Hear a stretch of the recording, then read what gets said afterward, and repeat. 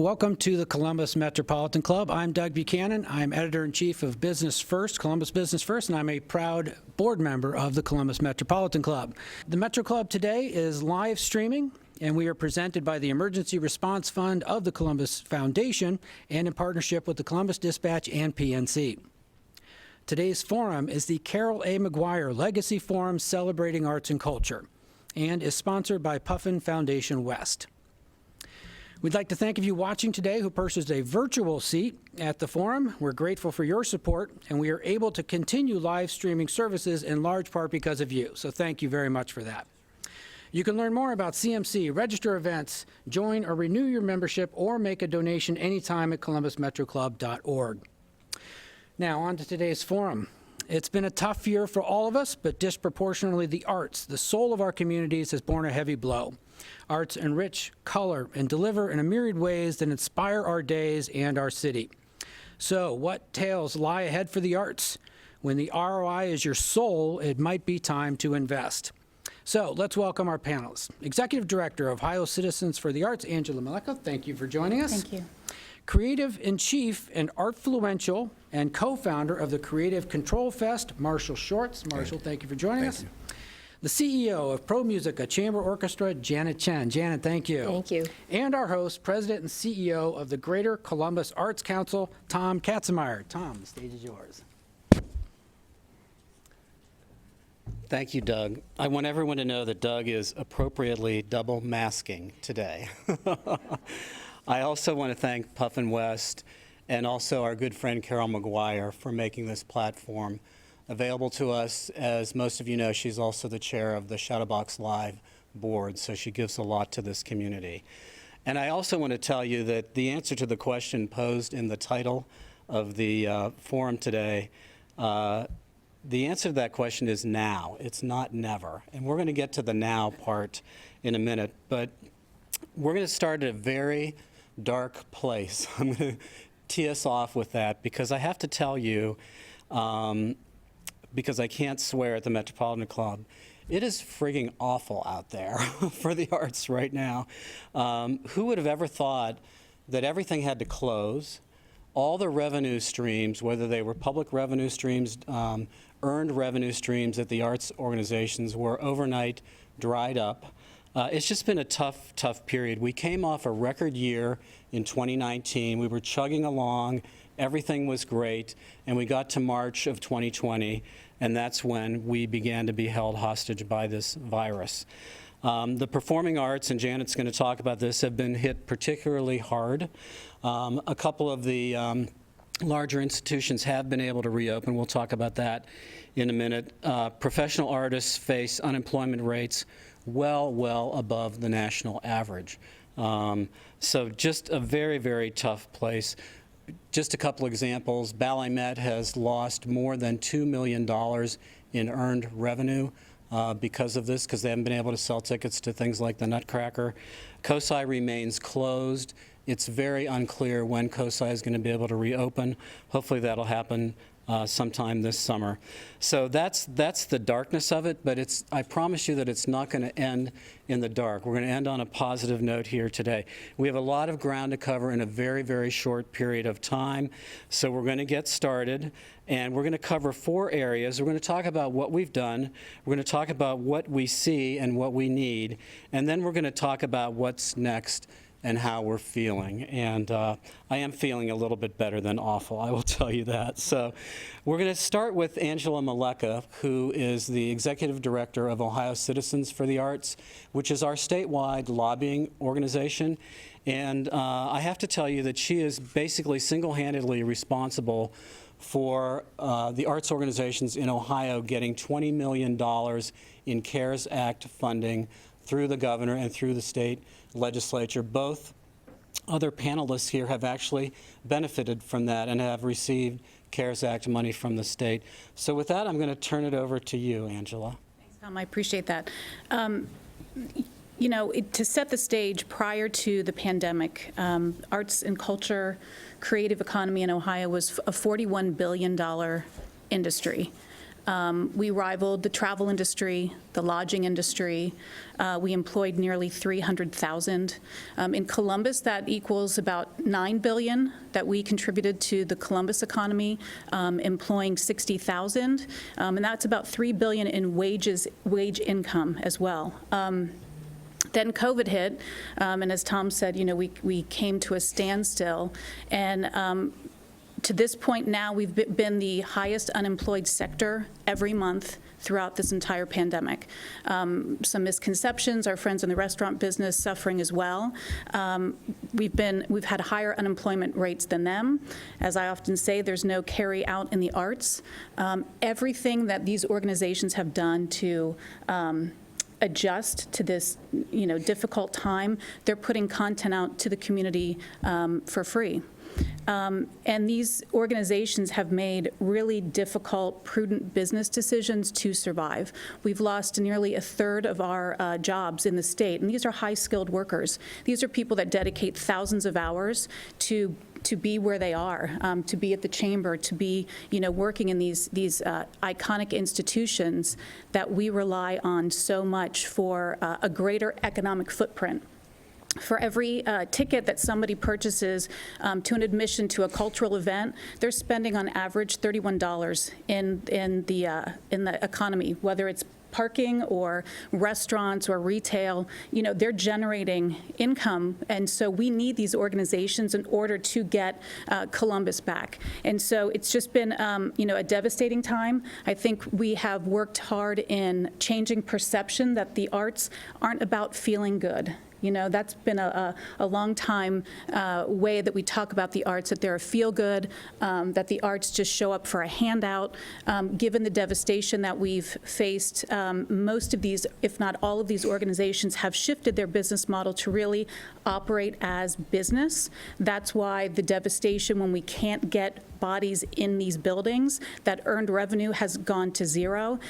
They've been, decimated. So we don't suffer from an arts crisis in Ohio. We suffer from a business crisis. Our business just happens to be in the creative industry. Great. Thanks, Angela. Janet, let's go to you next. When we were getting ready for this, you talked about sort of having to start from square one. So let's go with that. Yeah, very similar to what Angela described. The days and the months and the weeks, really have been a blur for this year. And I think the only way that I can cope with thinking about the now and the future is thinking about the phases of this pandemic. For us, the first phase was really triage. I think many other colleagues of mine would agree we were, in the shock of the shutdown and in this mode where, how do we continue our season? How do we pay our artists? How do we pay our musicians? How do we deal with our ticket buyers and our supporters who have invested in us in events that are still yet to come? Fortunately, as many others, we were the beneficiaries of a PPP loan for the first round, and that helped neutralize, to a certain extent, sort of that sense of triage for the first 4 months. For us, I think we're now in what I describe as the second phase, and this phase has been the longest by far, and it's this tension of both waiting for things to reopen, waiting for the governor to determine what capacities are, waiting for the guidelines, but at the same time, waiting yet this incredible urgency to create and find ways of how we as an arts community and artists can stay relevant in the lives of our supporters, and especially at a time when it is most needed. I would describe this time as almost analysis paralysis. The number of scenarios that we have gone through to try and figure out financial modeling, artistic programming, has been, really exhausting. But we've been really fortunate. Our organization at ProMusica, we've really decided that we need to create while we wait. And so very quickly when we realized in the fall that the fall being back in the theaters was probably impossible, we pivoted and put together a 2-week Summerfest outdoors. We decided that even though we can't reach 5,000 as we typically do for our series at Franklin Park Conservatory, at least we could reach 700 over a 2 weeks period of time. And that has just been a wonderful evolution for us to try and think outside the box, learn as we go. We have just really looked at the resources, and everyone has had to adapt, from musicians having to social distance on stage. You play wearing masks. We have to get plexiglass. My favorite one is we have to find puppy pads to put on the floor to capture the spit of our brass players. And never in my life did I think I would have to go buy tons of puppy pads and black puppy pads because it, looks better on the floor. So these experiences, I think, will only help us continue to get through this time. Thanks, Janet. And Marshall, I know the organizations that you're involved with have also had to cancel events. You've had to pivot to other things, activate in other ways. Can you talk about that a little bit for us? Yeah, so I'm here representing in a number of facets as an entrepreneur, but also just in community work. And an adjustment had to be made, of course, due to COVID, primarily, because of the safety of the community that we typically engage with. But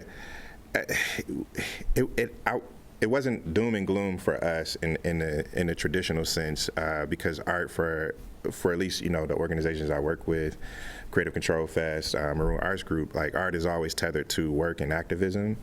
And so this moment called for that. But art as a business, has exposed a lot of the fragility of the arts sector, and we weren't untouched from that as well. We did receive CARES Act money, and through that work, we were able to host an internship where we were able to engage youth this summer, but we are also able to use our box park to kind of be a safe space for activists and protesters to kind of come and convene, learn, and safely distance. So we've had to kind of adjust some of our programming, but we've always sort of been a lean organization all across the board. In terms of Maroon Arts Group, we've had to be creative in how we fund things anyway, and so that didn't stop. You know what I mean? And I won't say we're kind of used to being in that position or used to being in this position, but it really was like a continuation of the work. So our approach has been like, how do we continue the work of being a convener and a conductor and a producer of the arts for our community? And we were able to activate our space, our land, and then be a space for particularly Black artists in the city, in the Black community in general. And so we've been fortunate in that regard to continue that work. But I also think, moving forward, as we have this conversation about how the arts are supported, this kind of, shows where we kind of land in that spectrum. And before the before I talk with my hands. So before the pre-pandemic, we were lean. We had to keep our overhead low because of lack of access to resources. So what we've been able to do with a little bit has continued throughout the pandemic, the multiple pandemics that are happening at this moment. So. Thanks, Marshall. And from a GCAC perspective, I would tell everyone, obviously, we've been in the same boat. We probably saw $8 million of revenue basically evaporate before our eyes. That would have been money coming from the hotel motel bed tax and from the newly put in place ticket fee. So that is money that would have actually gone right out into the community to arts organizations and artists and to support projects. That money was gone. What saved us, I would have to tell you, and I think this is probably true for these folks too, we all applied for PPP money. We all got PPP money. We've now applied for the second round. I hope you all have too, so our application is in for that. We also got CARES Act money from the city of Columbus. It was $1.558 million. Franklin Park Conservatory, Kappa, and COSI also got CARES Act money directly from City Council. There is venue money coming, again, from the federal government, from the SBA, so that'll benefit Kappa, that'll benefit the Gateway Film Center. They're poised to apply for that money. But because of the public support and the tremendous support we have from Mayor Ginther, all 7 members of City Council, led by Shannon Harden, and the county commissioners, we were led by Kevin Boyce now, we were able to basically get to a budget for the end of 2020 that was slightly in the black, when it would have been probably $1.5 million to the negative. So the public money coming into this, CARES Act, PPP, wherever it's coming from, really made the difference and helped everyone get through this. Now, that will largely not be there in 2021, so we're a little bit nervous. And I think we all view this, we're in a recovery mode now. That the beginning of it is kind of Janet's saying in terms of the phases that she's in. And it's probably going to be a couple years of this, because we have to have conventions back, we have to have large events back, and none of that's happening in the first part of this year, but you'll begin to see it in the fall season, I believe. So let's talk about how we're looking at the next couple months. I know, Angela, the governor introduced his budget on Monday, and now you're going to be getting to work on that, advocating for the Ohio Arts Council budget. We all benefit from that also, so it'll be great to have that in place. That's a 6-month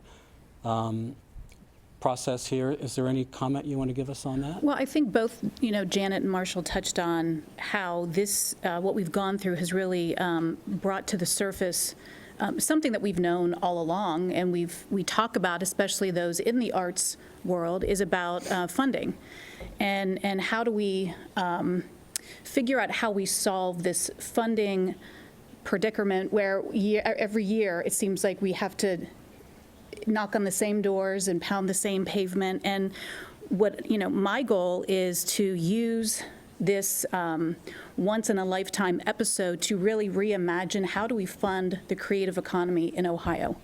If you look at the state of Minnesota, they have a tax that they dedicate for parks and lakes and culture. Utah is looking at the same thing, Washington State. The creative industry in Ohio rivals California and Texas in the vast amounts of art institutions and organizations that we have. The rich history of the arts and culture in Ohio is amazing. Karamu House Theater in Cleveland is the oldest African-American theater in the country.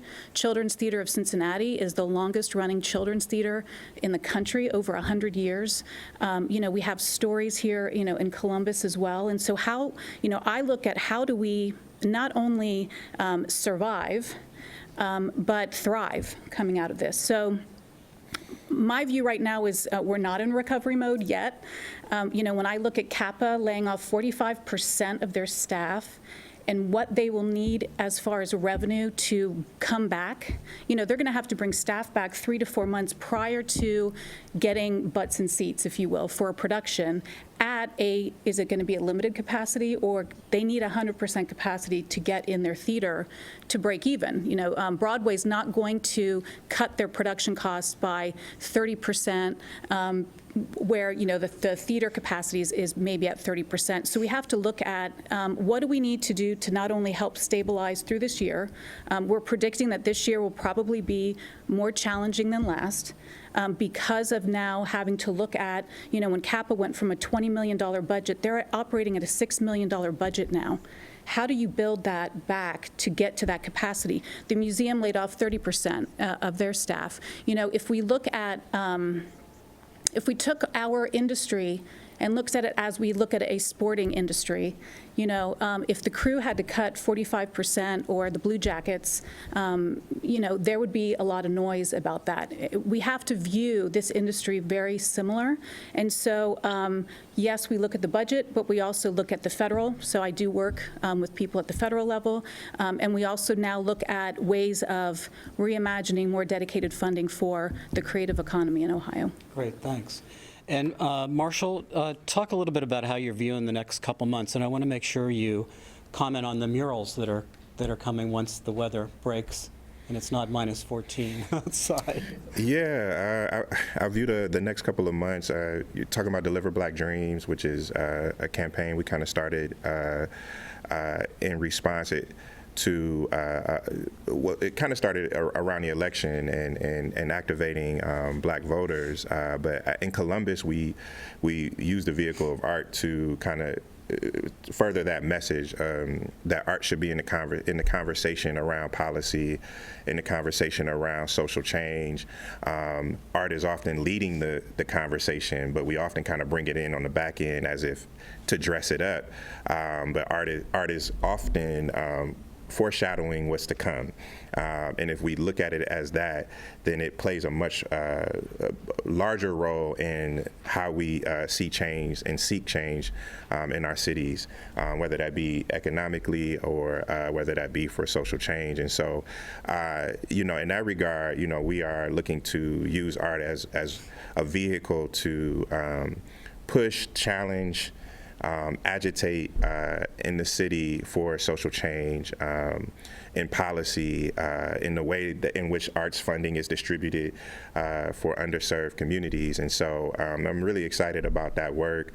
We hope to erect about 6 to 7 murals in the city under this theme, and engage black artists, pay black artists, but also build institution around some of the organizations that do this work, not just Maroon Arts Group, but Streetlight Guild and a number of other organizations that are still small that are trying to scale to the extent of some of the organizations that we talk about, because there's a need for that within the culture. And so it's hard work. It is work. Often not paid work, but when we see wins and when we see things changing, there's a direct connection to what we create and the role that art plays in that. And so in that regard, it's essential. And I know we'll talk about that a little later in the program, but you can support that work. You can donate to that work so we can continue to build that. But that art will be connected to other programming that tethers to this art in education, in healthcare, and policy and things like that, and even policing and how we're policed. So, Janet, tell us how you're viewing the next near term here, summer, fall. Right, yeah. No, I mean, this is a very interesting time. I also don't think we're quite at recovery yet, but there is a little light at the end of the tunnel. We now have a vaccine, and so that's positive. But at the same time, we also do not know yet when audiences are ready to come back to the theater. Recent studies have shown probably not till the fall is when we'll see some sense of return to what we were familiar with and where the comfort level was. But I think these next few months, what we'll see and what ProMusica in particular is planning to do is take all that we have done in the last 10 months. We did do some live performances in November, limited capacity in a new venue that we established a new partnership for this year with the Fives.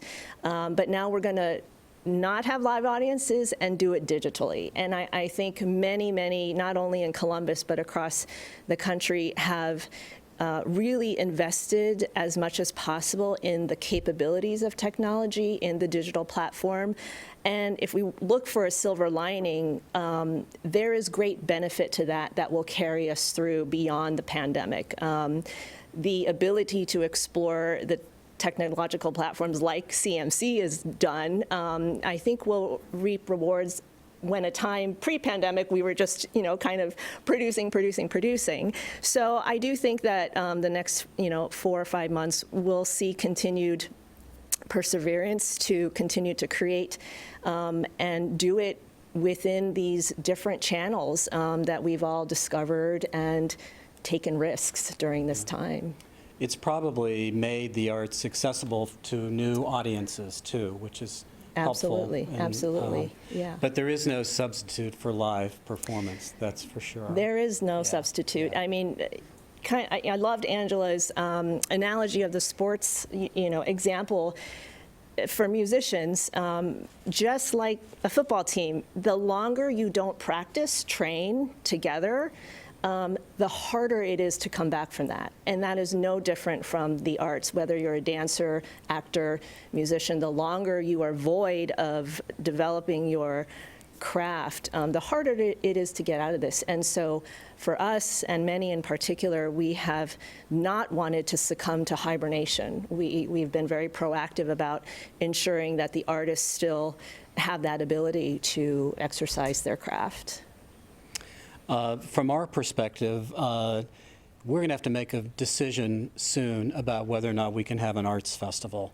And we had to cancel it this year. And actually, ProMusica was going to be our opening act in 2020, performing with Aaron Deal. Columbus's own Aaron Deal was going to be a great show that we were going to do at Bicentennial Park there. The festival season is significant. This is the next inflection point for the arts in Columbus. The festival season runs from basically Memorial Day weekend to after Labor Day, and it includes the Asian Festival, the Memorial Tournament, the Arts Festival, Pride, Latino ComFest, Festival Latino, Jazz Ribs, and it does bring about 2 million people downtown. So we're on the cusp of that, and we would never do anything that would be unsafe for the city or cause public health concerns. That's the bottom line for everybody here today. But we have to decide this pretty soon, probably within a month or 45 days. Last year we called it, I think it was the first week of April, so 60 days out. This year it's June 11th, 12th, and 13th, Friday, Saturday, and Sunday. The other thing that's important, the next inflection point after that is the fall arts season. So again, another very critical time for people like Janet, Kappa, Chad Whittington, Broadway series, big tickets, getting ticket fee money from that. It is significant. So keep your eyes on these decisions. It's hard right now, but the vaccine is flowing, and it's flowing faster with each passing day. The news today was they're not expecting herd immunity until August, which isn't exactly helpful for summer events. But so we'll see where we get on that. That'll have a tremendous impact on the psyche of Columbus. I know Experience Columbus really is wanting to get people back out and traveling to Columbus again. So those are the next two inflection points. The other thing I would tell you is because of the public support that we get from the county and the city, we are going to be able to fund all these organizations to the degree that we did last year. That's not anywhere near where we thought we were going to be with the fully loaded ticket fee in place, but it'll help to keep them going. So we are committed to doing that, even if we have to dip into our own reserves to do that. So we have about 5 more minutes here or so before we go to questions. So we're going to end, I promised you we would end on a positive note. So here's the positive note. Some of you might have seen this. Dr. Melanie Korn, who's the president of Columbus College of Art and Design, had a letter to the editor in the Dispatch on Saturday comparing what happened after the Spanish flu in 1918 to what could happen after this is over. And there's a lot of parallels there and what it's going to look like when we reemerge. And here's what it says. Historians argue that an eagerness to return to a communal social life after years of staying indoors contributed to the flourishing art scenes and cultural revolutions of jazz, Art Deco, Surrealism, the Harlem Renaissance, and other important movements. So she's asking the community this question.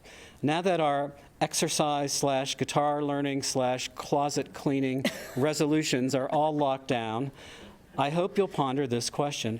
How can I and how can we as a community not only hope for new cultural renaissance, but actively manifest it? So a couple of us have touched on that already, but I want to throw that out to you guys, and then we're going to go to Q&A. Who wants to start? Do you want me to? Well, I want to say one thing is, that I haven't touched on, which is advocacy works. Advocacy is what I spend every hour every day thinking about how can we continue to engage, energize, inform on levels that we've never done before. One thing that I think that I'm most proud of is seeing this industry in Ohio come together like never before. You know, and it no longer is it just Central Ohio, and then you've got Cleveland and Cincinnati. These leaders are coming together regularly, having conversations about best practices, talking about collaborating, talking about launching new programming within Ohio. And so that's something that's really exciting for me.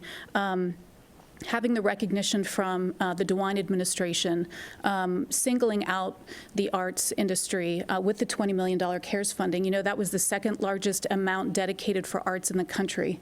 And so to have the administration listen and understand the vibrancy of this industry, how we are vital to the economy, that's a really hopeful thing as we go forward. And legislative leaders as well have really listened and understood. They knew that the $20 million wasn't going to be enough, and said, you know, we'll do what we can in the future. And so we continue to have those ongoing conversations. So that's really hopeful that we don't stop that work, you know, and we all work together as one in order to accomplish those kinds of things. Yeah, I would add on that, you know, in this pandemic, we've talked about how the arts is, you know, therapeutic, it's creative, it's resilient, and essential, but we were that before the pandemic. We are essential. We have been resilient. We continue to create. And as Angela said, this has now been lifted on a platform where, you know, we need more public support to survive, not just now, but for the long view. Things are messy and chaotic right now, and I think we have to tell ourselves that's okay. We are only human, but at the same time, you know, let's remember that at the end of the day, when we come out of this traumatic experience, whether it's the virus or suffering from inequities and, you know, the racism in this community, arts is there to help us through that. And so we are incredibly essential. And I hope that the community and really, you know, the world recognizes that we are the social relief that will be there when we get out of this. Good. Marshall, what would you add? Yeah, a lot to say. I was telling you on the way in, panels are too short. Art as a function of culture will always survive. As long as people have a need to communicate, to connect, and to be in community, the arts play a role in how we do that. I think the challenges that the creative economy has is something we'll have to grapple with forward. You know, I think about that 41 billion or that 9 billion in creative economy and how many like artists of color are left out of that. So I hope that we will grapple with how we move forward and we rebuild this creative economy in a way that is inclusive of all people and all types of organizations so that they can grow. If we look at art as a function in culture, art does at least three things. It creates community, it brings out our humanity, and it's an economic driver. So if we're thinking about it in that regard, it is essential. I'm not naive to think that it is essentially like taking the place of like safety and health and food. There's no need to even talk about arts and culture if those things aren't taken care of. But if we consider what art does and the role it plays in culture and economy and those things, and who is at the root of that, which are the artists, then we have to kind of grapple with what that looks like moving forward. And I think, you know, there's some positive things that we can point to as we grapple with these challenges. So I want to, we have a couple more minutes before questions, talk about people are always ask me, well, like, what can I be doing right now? So I'll start with that. First of all, there is a lot that you can go do still. Some things have reopened, socially distanced, you got to wear a mask, you got to buy a time ticket. So notably, the Art Museum, Columbus Museum of Art, has a spectacular Amina Robinson exhibit that will be there until October. Franklin Park Conservatory closed for a couple months in the summer, but then reopened and has been open through this whole period of time. They've been getting some great attendance, great revenue there. There's a lot happening in film and in film advocacy, and starting Friday, you're going to be able to, if you go to the Wexner Center website, you'll be able to watch the 3 films that won our Art Unite's CBUS Prize. 3 local black filmmakers. Marshall and I got to watch them together on Saturday afternoon. Beyond spectacular, just beyond spectacular. The quality of the work. 3 short films that come from the time period after George Floyd was murdered, from the unrest that happened in the streets. So you got to see them. They were shown as part of the Sundance Film Festival, which Angela and I went to. 11 Sundance films were shown here in Columbus. Again, limited audience, that type of thing. The symphonies performing, the ballet met dancers are back practicing and teaching. A Catco, Short North Stage, doing great creative stuff online, creative content online. There's an incredible new public art installation at Broad and Cleveland. You got to go see it. It's just remarkable. Luann Crane and the Crane family paid for that. It's at the Social Justice Park. And then tomorrow, I am going to put a blog out urging people to give to the arts. It doesn't have to be my organization, but it's buy tickets, give to the arts, participate. That's what we need right now. We need to get revenue going again at all these events. So I don't know whether anyone else would like to add to that before we go to Jane here, but. I just want to lift up, after George Floyd, Columbus is dealing with its own crisis with police, and that fight continues around Casey Goodson and Andre Hill and many others who have lost their lives at the hand of police. So we should definitely, know that art is continuing to function and bring out that work as well. Good. Anyone else? I think we're ready. All right. Well, we have a lot of questions, so I'm going to go through them as quickly as possible, Okay. and perhaps you could make your answers concise as well. Okay. First of all, Bruce Garfield from Columbus Music Commission wants to shout out to say what a great job you guys are doing and to thank you. So thank you, Bruce. You're doing a great job, too. Lane Eagle, Momentum. The survival of the arts is imperative not just for adults, but especially for children who are served by arts educational programs. What can be done to ensure arts education for children is regarded as essential? Do you want to go with that, Janet? You're in that So area. glad. Yeah, Leanne, thank you for bringing that up, because if we had more time, we absolutely, want to highlight that there's been incredible impact on, our outreach and education for students. We have to recognize that there are teachers, instructors, musicians who are doing all they can to continue to bring arts experiences to these kids during this time. For us, as an example, we've pivoted and provided violins to our Play Us Forward students who have no access to music experiences and doing one-on-one buddy lessons. I mean, that's just a very tiny example, but I absolutely think we need to recognize the longer this goes on, the more devastating and difficult it will be to bring those opportunities back. The other thing I'd add is, as part of Marshall's Deliver Black Dreams program, there's going to be a partnership with students at Fort Hays who will be able to pair off with an artist that'll start this fall and learn from the artists that are doing the murals and doing that work in the community.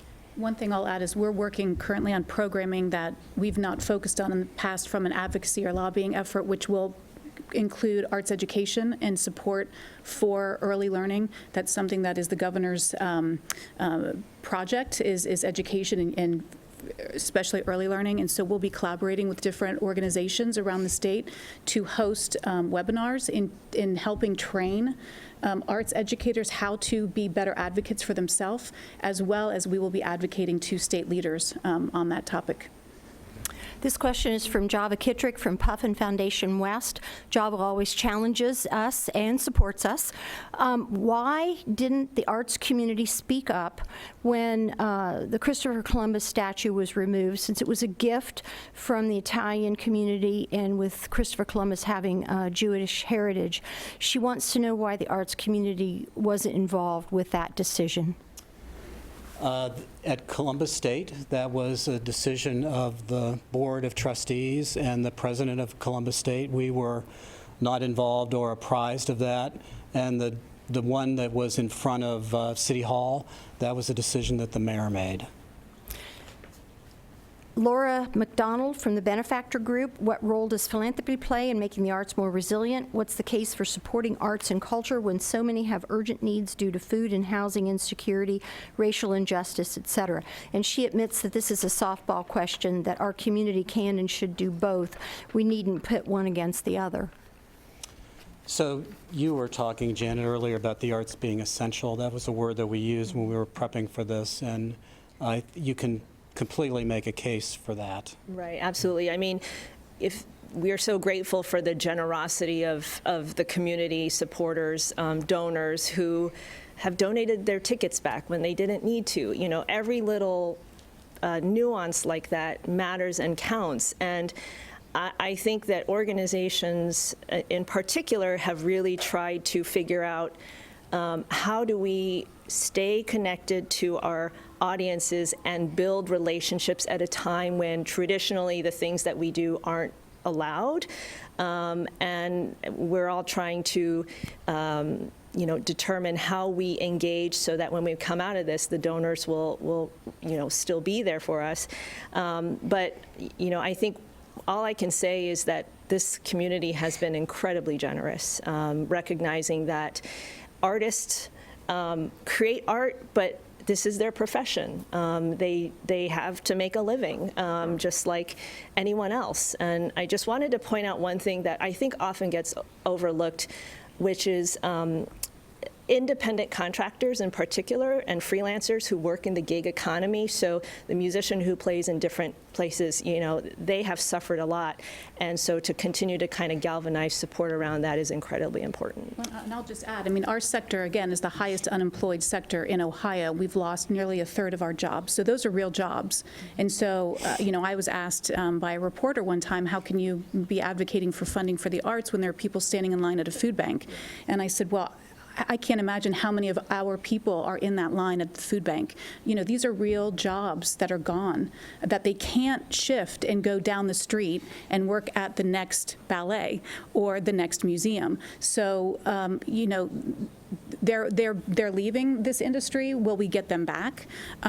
We don't know, but that's our sector that's suffering. And so when you're supporting the arts and culture industry, you're supporting jobs and businesses. So I appreciate Laura's question. Just a couple other things to add. So when the artists were all basically thrown out of work in March, we started an emergency fund for artists. We got 80 to 90 new gifts from that, from people that had never given us money before. So the community really stepped up. When we had to cancel the arts festival, basically all the sponsors, 90% of the sponsors, let us keep that money because they knew we would have expenses and other things. So again and again through this, and I'm sure Janet and Marshall, you've experienced this new money that's come in from unexpected places. And again, that's why I'm putting out this blog, urging people to give. Now's a good time to give to these organizations as we begin the recovery process here. There is abundance out there. Like, there are companies that are making money hand over fist. So we're dealing with another crisis of resource and who has access to that resource.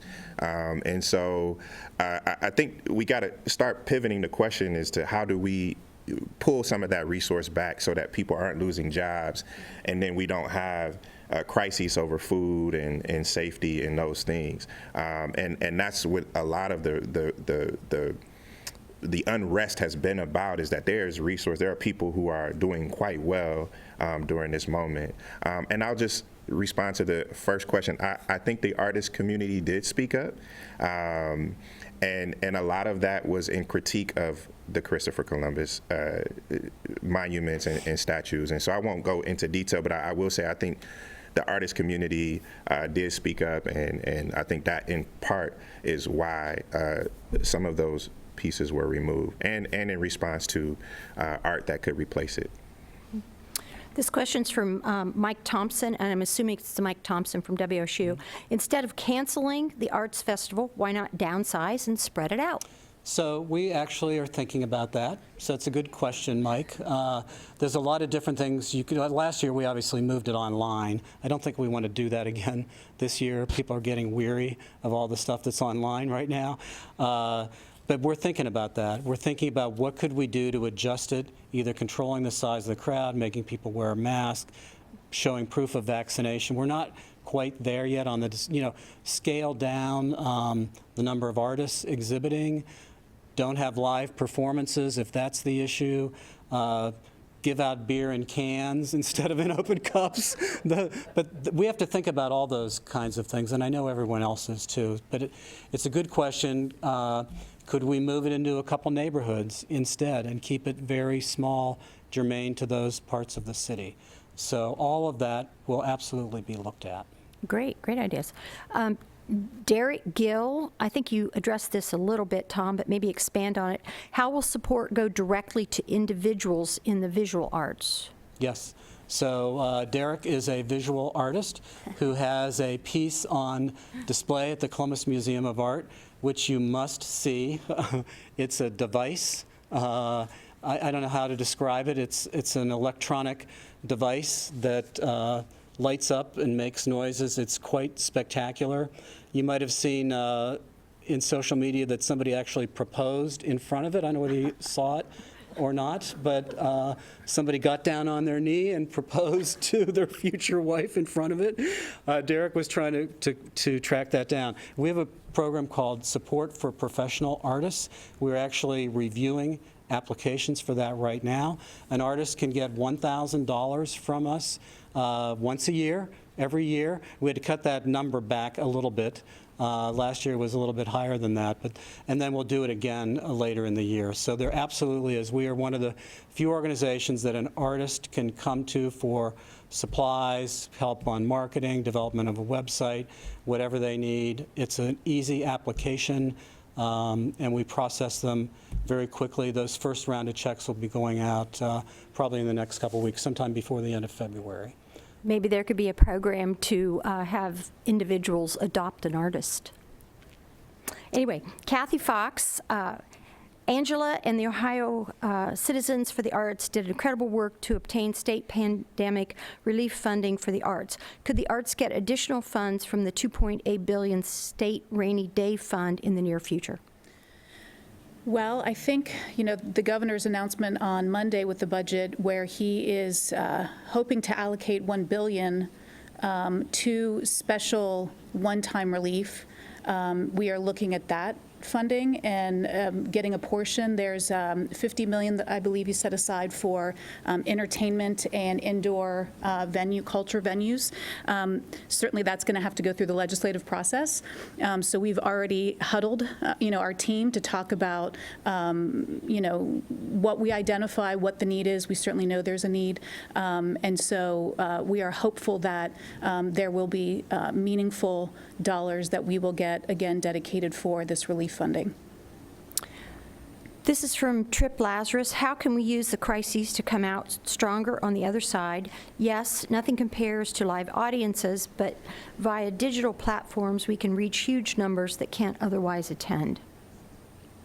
Yeah, I think we all kind of touched a little bit upon that, which this time has, again, allowed many of us to explore avenues of presenting, producing creative art in ways that either we didn't know existed or we just didn't have the time or resources to do that. And, one thing that I ask myself a lot is, the risks and the investments that we're taking now to navigate this time that is not what we would typically do. Are we looking at that as a 4-month thing or really an 18 plus month thing that becomes ingrained in, our DNA, in the sector. So I think all of those factors is going to help us be a stronger, cultural community because of that. And a lot of collaborations, I think, are still happening despite the fact that we have to stay apart. There's great thinking around how we can stay collaborative. Emily Prieto, I'm not sure if I'm saying that nice. How can arts and humanities organizations work more closely together? I just had a conversation yesterday with the chair of the Ohio Humanities Board. We have begun those conversations. We started them last fall. And as they look for a new executive director, they are looking for ways that we can work together. And I really think that that's going to be a key part of this future dedicated funding, this reimagined dedicated funding for the arts. I think it's arts, humanities, zoos, parks. I mean, we don't know. We're looking at what other states have done. We're talking with these other organizations. I am a firm believer in collaboration breeds success. We're seeing that within our own industry and coming together. And so we are reaching across the state to those organizations and having those conversations. Looks like we have time for one more question. Sandy Pritz, could you discuss the renovations going on at the Ohio Theater? Sure. So there was a great article in the paper about that today. CAPA had money from the state capital bill for this. It was something they had put on hold. Obviously, there's a period of time now to take advantage of where there won't be anybody in there. And it sounds like they're largely renovating the balcony area, putting in new carpeting, railings. If you've been to the balcony up there, you know that it would be helpful to have railings up there. So things that they've been wanting to get done, and it's a good thing. And that's funding that comes from the state that, for the purpose, is for infrastructure. Yeah. And so those monies have to be used for that type of work. Can I add one quick thing, very quick? I think when we look back on this time 20, 30, 50 years from now, what art is being created now that we will reflect on, or that will be part of our genres, or I think that's something we won't know, but that's an exciting thing to think about, what we're creating now, how that contributes to our future. And I have a question to pose to the audience, and we discussed this before, is like a quintessential question we can ask is what happens to our cities, to our communities, if art is not there? And that's something we can ponder on for a long time to come, and maybe work backwards from there to see what this looks like. Okay, well, unfortunately, that is all the time we have. I hope you found today's forum enlightening. I have to say, if you still no longer believe that the arts is essential, I don't know what's going to convince you, because you all three did a very good job today. We appreciate that. Our forum next week will feature the new president of Ohio State University, Dr. Kristen Johnson. Thanks for our live stream support today, presented by the Emergency Response Fund of the Columbus Foundation in partnership with the Columbus Dispatch and PNC. Thanks to the Carol A. McGuire Legacy Forum celebrating arts and culture, and thanks to Puffin Foundation West, and to our online virtual seat patrons. Thank you all, and a special thanks to our speakers. We couldn't do this without you, Angela Meleca, Marshall Shorts, Janet Chen, and Tom Katzenmyer. Thank you all. We hope to see you again soon in person, but until then, be good and be safe. Thank you.